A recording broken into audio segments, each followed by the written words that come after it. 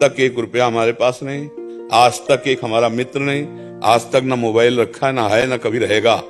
जैसे घर से निकले थे वैसे ही आज है। ना एक चम्मच हमारा है, ना 1 रुपया हमारा है, ना एक वस्तु हमारी है, ना एक व्यक्ति हमारा है। सब श्री जी के हैं, श्री जी के भाव। कहीं भी प्रेमानंद की दस्तखत की जरूरत नहीं। हम कभी ऐसा नहीं किया कि हम सरकारी कागजों में कहीं प्रेमानंद नहीं लिखा मिलेगा, न बैंक में, न किसी जमीन में, न किसी में।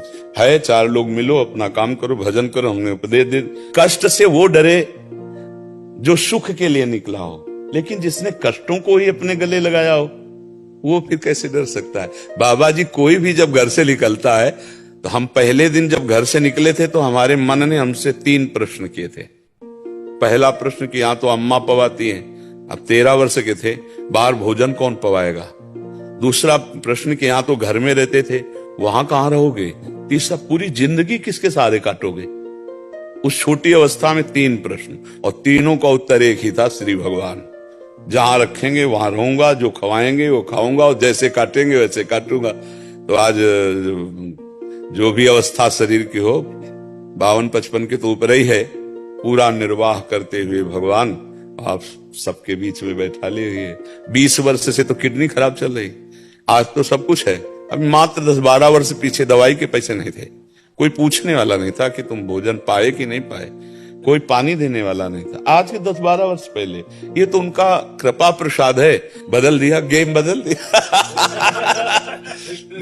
अभी हम पीछे वाले बैच में ये कहते थे, जब मांग के खाते थे तो भूखे रहते थे, और आज भरोसे पे हो गए तो 400-500 का रोज भोजन बनता है।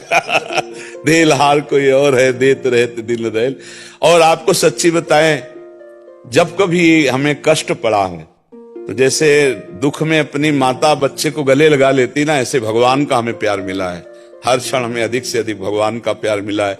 हम कभी इंसान के प्यार की तरफ आज तक कोई ऐसा नहीं है।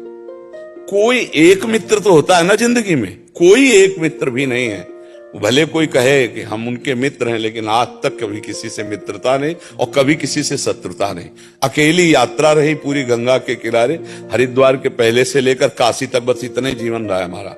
गंगा के किनारे ही बस इतने घूमना, इतने में ही निरंतर भजन परायण।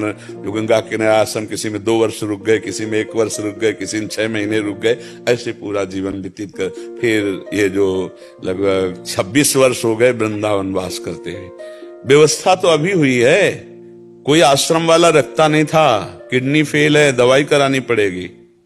अरे तुम कैसी विपत्तियों का सामना करना पड़ा है कि कैसे। घाट में जब काशी में थे ना, तो कई कई दिन ऐसे, जब कोई सतुआ बांटता तो थोड़ा हमको भी मिल जाता, शाम के भिक्षुकों की लाइन में बैठ जाते थे। कभी कोई मीठा बांटा तो ऐसे मिल गया, रोटी दाल सब्जी, ये तो सवाल। और ये नियम लिया था गुरु के आगे, नहीं तो वहां बड़े बड़े भंडारे होते रहते। काशी में कोई कमी थोड़ी, मारवाड़ी क्षेत्र तो ऐसा है, आप 24 घंटे चले जाओ भोजन मिल जाएगा आपको काशी। लेकिन नियम लिया था कि काशी के घाट में आकाश वृत्ति में जो आएगा वही लेंगे। पैसा कभी जीवन में पास नहीं रखेंगे, कभी मांगेंगे नहीं, किसी आश्रम नहीं जाएंगे, और घाट में रहेंगे। घाट में जो मिलेगा तो गुरु के सामने जो वचन लिए थे वो उसी अनुसार जीवन व्यतीत हुआ। फिर भगवान महादेव जी ने कृपा की, यहाँ वृंदावनेश्वरी से बात करके ट्रांसफर कर दिया, काशी से ट्रांसफर वृंदावन कर दिया, ऐसे चला। तो आप लोगों को लगता जरूर है कि बाहरी एक कष्ट है, लेकिन इसमें जो हमको प्यार मिला है वो शब्द नहीं कि हम बता सके। हमारे प्रभु का दुलार, हमारे प्रभु का प्यार मिला है। जब एकांत में कष्ट से पीड़ित होकर के मन प्रभु को पुकारता, उस समय जो आनंद मिलता, उस विधा में थोड़ी अलग। एसी में बैठ के प्रभु को पुकारा जाता है क्या? हा कृष्ण एसी में आएगा? ले, हा कृष्ण तब आएगा जब जिधर जाओ उधर गालियां मिल रही, हृदय में आर्त भाव है, भरपेट भोजन भी नहीं है, कोई साथ देने वाला नहीं, तो पुकार। जब तक द्रौपदी को भरोसा था 5 पतियों का सभा का, तब तक पुकारा क्या, हा कृष्ण। और जब देखा सब कोई साथ देने वाला नहीं, अपना भी बल नहीं, तब कहा हा कृष्ण, तो बात बल गई।